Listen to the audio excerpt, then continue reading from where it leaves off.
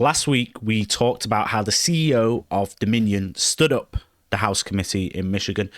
Well, he's still a no-show, and he'll now likely be subpoenaed by the chairman of the committee. But nothing to worry about. As we all know, innocent people regularly avoid testifying under oath. Bernie Sanders has come out and admitted that it was the Democrats who were holding up the second COVID relief bill, which confirms what we all know. Pelosi was more concerned about stopping a political win for Trump before the election than getting money to small businesses and those who lost their jobs due to the shutdowns. And finally, supposed whistleblower Rebekah Jones was raided at her home in Florida after it was alleged she used the state emergency message system after she was fired for her own political agenda. The left, as you imagine, are now trying to make her out to be a victim of a fascist dictatorship raided by the Gestapo as they execute their legally obtained warrant from the courts, backed up by forensic evidence. You know, the secret police in Nazi Germany were often known to have done that. This is Political, still on our Election 2020 series. Just before we jump into this one, as always, a big thank you to everyone that's watching. And if you do enjoy our content, please do consider hitting that subscribe button, hit the like button, and give us a comment down below. Let us know what you think. But as I always say, the best thing you can do is share the video, share it on your social medias if you haven't been banned already, that is. So, Connor, I will pass it over to you. As always, you know, we love a bit of Dominion talk, our favorite company in the world. So we have an article here from the Daily Wire. A Michigan lawmaker leading the investigation into the 2020 election threatened Dominion voting system's CEO with a subpoena if he doesn't appear before his committee voluntarily. State Representative Matt Hall, a Republican who chairs the Michigan House Oversight Committee, said in a December the 7th letter obtained by the Epoch Times that he sent a letter last month asking Dominion CEO John Poulos to testify before the committee. He's not received an answer to his request. He says, I'm writing again to request your appearance before the House Oversight Committee so that we can further investigate Dominion's role in the election. The representative said there have been a number of claims and accusations regarding Dominion software and the results of the election, and that Poulos could help lawmakers and voters better understand the election software. If Poulos cannot make it in person, testimony via Zoom would serve. If Dominion chooses to ignore this second request to come before the committee, I am prepared to seek legislative subpoena power to compel your appearance before the House Oversight Committee, Hall wrote. I am hopeful that it would not come to this. And this just reinforces what we think about Dominion, doesn't it? Because there's something fishy about them. Why won't they appear in court? Because if I have a business and I am getting worldwide negative coverage, I don't hide in the shadows and refuse to speak to anyone. Nor would my investors let me, in fact, because they want someone to fight for their business and fight for the credibility of their business and fight for the image of their business. But what are they doing? Nothing, right? Yeah, it's a perfect opportunity. You know, as he says, a perfect opportunity for them to come and, you know, clarify the record, explain the situation. A lot of people, like I said, so much negative attention towards Dominion now. I would imagine there's going to be a real pressure for them to lose their contracts in the next election in 4 years' time, obviously from the Republicans. You know, they have an opportunity to kind of put aside, put away, put to bed all of these accusations and say, look, no, this is what happened here and this is what happened here. It seems to me, you know, at the very least, he can say, oh, I'm busy, you know, like I can't turn up, right? But instead it's like just ghosting them, like not even giving a response, just straight up ignoring the letters. It's just an awful look. Like they need to fire their PR guys or whatever, right? Because right now anyone that's paying attention is like, okay, you have all these accusations against this company, and now they're just ignoring lawmakers as well as they ask them to come and clarify things. It's incredible, really, and it just more red flags as if we needed any more. Yeah, definitely. I mean, they should be speaking up. You have to wonder, why are they being silent? Because it just seems like they have something to hide, doesn't it? But one person, Ryan, who hasn't been silent is Bernie Sanders, is it? He never is he? So Sanders has come and said, listen, this is what we already all know. I love how they're just so overt about everything after elections, aren't they? It's like, oh yeah, we lied about this, this, and this, and this, and then everyone just conveniently forgets. So Sanders on Monday criticised Democratic leaders for getting behind a smaller 908 billion coronavirus relief package after rejecting a 1.8 trillion proposal from President Trump in October. Sanders' remarks seem to clash with the Democratic narrative that Republicans are responsible for stalling coronavirus relief. CNN host Jake Tapper asked the senator whether it was a mistake for Democrats to walk away from the White House $1.8 trillion bill, which likely would have included 1,200 direct payments to all Americans, when Speaker Pelosi was proposing a $2.2 trillion bill at the time. Sanders said, "That's right, that's what I'm saying. What we need is a compromise. I know I can't get everything that I want, but this bill really is not a compromise," Sanders said of the $908 billion stimulus package that a bipartisan group of senators introduced last week. It gives the Republicans almost everything that they wanted. So it's just obvious, isn't it? It's absolutely obvious, as if it wasn't already. If they're now agreeing to a $908 billion package when they were after trillions and trillions, like $3 trillion or whatever it was initially, it just shows that they didn't actually care about that. They were just trying to make as unrealistic demands as they possibly could to kind of create these optics that, oh, Trump was stalling the coronavirus and he's not, trying to help you.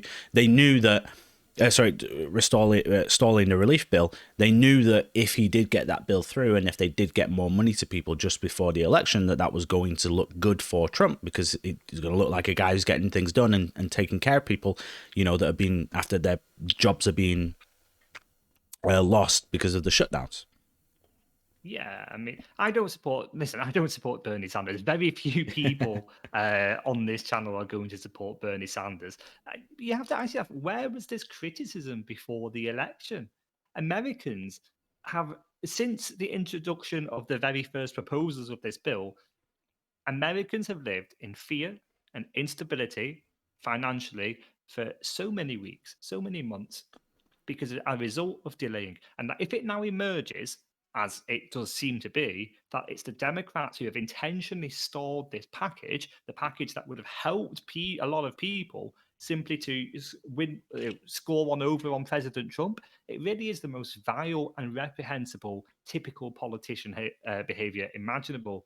And I mean, for Bernie Sanders as well, who's apparently, whatever you think of Bernie, he has a track record of speaking his mind and sticking to his guns, right? But where is he? He intentionally delayed criticizing the Democrats until after the election. And now he wants a massive and even bigger injection of cash from the federal government. And I mean, let's talk about this for a second. This is a progressive agenda, because as soon as Bernie secures his massive funding, he's positioning himself to the left of the Democratic Party, right? So he turns around and he says, look, you have to give me, I'm fighting for more money for you guys. But then what happens when he gets it? Okay, first of all, it's the rich paying for it, and he's quite open and vocal about that. But where would it go? Let's say the Dems agree to these trillions in funding as he's asking for.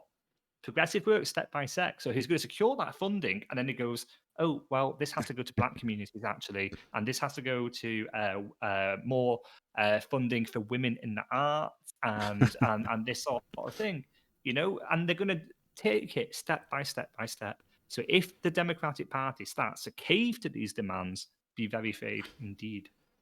Yeah, you're quite right. And he where, like you said, where was this talk before the election?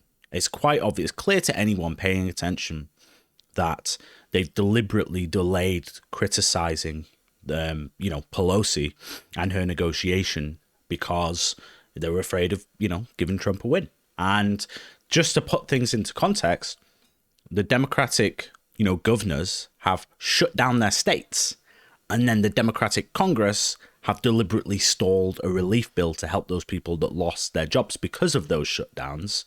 And, somehow, yes, they're the party of the people that care about the working class, and Trump is the evil right-wing fascist, right? Who the guy that was willing to compromise, basically straight down the middle.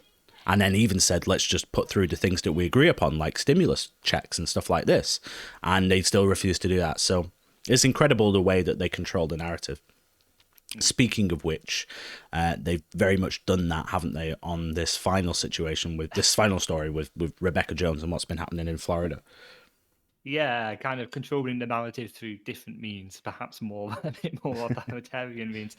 So we've got this article here. The Florida Department of Law Enforcement, FTLE, raided the home of fired Department of Health data analyst Rebekah Jones on Monday evening after she allegedly hacked into the health department's emergency alert system and sent unauthorized messages about COVID-19. The messages in question, obtained by the Tampa Bay Times, read, "Speak up before another 17,000 people are dead. You know this is wrong. You don't have to be part of this. Be a hero. Speak out before it's too late." So obviously this is a political statement.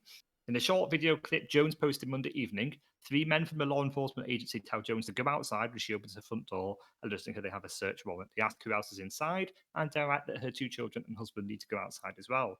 Jones was fired back in May from her job as a Geographic Information Systems Manager for Health Department's Division of Disease Control and Health Protection. There's a mouthful, over alleged insubordination, while the media breathlessly praised Jones as a brave data scientist speaking truth to power. Republican Florida Governor DeSantis told the press that Jones is not a scientist, but a woman with a degree in journalism, communication, and geography, who is putting data on the state's COVID-19 portal, which the scientists didn't believe was valid. Jones has filed a whistleblower complaint against the site and denied any role in the hacking. So, Yang, you've been looking into this a bit more, haven't you? So, can you kind of like summarize what's happened? Yeah, so I want to try to give some context. So, effectively, back in May, she was alleging that they were downplaying the severity of the coronavirus cases in Florida and the spread of the disease. Apparently she was told remove like a specific column from the data, which was something like the start of the symptoms, it's like in the actual data set of all of the cases, because contrary to what they're saying, Florida is actually incredibly transparent with all of the data with coronavirus. Like, they put all of it up there for you to see, and they even have it like hospital by hospital and stuff like that, and then give you all this data, whereas places like New York, they don't even give you that information because, well, they didn't do a very good job and they're trying to hide it. But in Florida, they're actually very, very transparent. So she refused to get rid of this column. It turns out all they wanted to do was just remove the column from the data on the portal, just to audit it, like good, honest, honourable people do, and then put it back up. And it seems like, I don't know, listen, we have to wait to see what happens. It's going to go to court now. She's been charged with, all these various different things, but so we'll have to see what the verdict is there. But it seems to me, if I had to make an opinion on what's happened, she's basically taking advantage of a position, taking advantage of the narrative. She has a degree in journalism, like DeSantis says. It seems to me like, if I had to hazard a guess, that she's trying to kind of create this sort of moment in the limelight for herself, make herself to be out like this whistleblower. She knows that all the left-wing media will jump on that and absolutely love it and eat it up. And, maybe somewhere down the line, she lands a bit of a cushy job in journalism or something like that, working for one of these places. But a lot of what she says doesn't really make any sense. The left is trying to like make it out that she's now been a victim of, like this state secret police, and they've come around and raided her home and eliminated their political enemy or whatever. Reality is they got a warrant from the court, backed up by forensic evidence that shows her IP was the one that logged into the system and sent out these messages after she was fired, right? Which obviously is a crime. So, we'll wait to see what happens when it goes to court. Maybe they did forge the evidence. I don't know. Well, I guess we'll have to wait and see. It seems to me, though, it's just, this is a bit of an unhinged person who's been spouting all these ridiculous claims that don't actually make any sense and aren't backed up by any evidence. And now she obviously stepped up the game a little bit, and she's probably bitten off more than she can chew, because now she'll probably end up being prosecuted. Yeah, I mean, what else is there to say? You know, this woman took it upon herself to use a federal emergency system to make a political point. This is the sort of people that woke leftist culture create and praise. They encourage people to do very, very reprehensible, very dangerous things, hijacking emergency alert systems and altering data for what? For politics and to, you know, score a point on a Republican governor. Absolutely atrocious. She's an unstable person. It's very clear she's an unstable person, unreliable person, and she's been taken advantage of by this leftist culture. And now they're holding her up as a hero and encouraging more people to do things like this. It's very dangerous. It's very irresponsible. And the worst thing is, these unstable people get in trouble with the police, and they get in trouble with the authorities. And you know, this woman has 2 kids. She can't afford to get into trouble with the authorities. She's going to have a lot of difficulties in her life now because some lefty somewhere has inspired her to do this. Yeah. So I think we'll leave it there unless you have anything else to No, say, no, Ryan. no. Thanks very much for watching, guys. Please do subscribe if you haven't already. Don't forget to like the video, and don't forget to share the video too if you think anyone would find this enjoyable. Thanks, and we'll see you next time.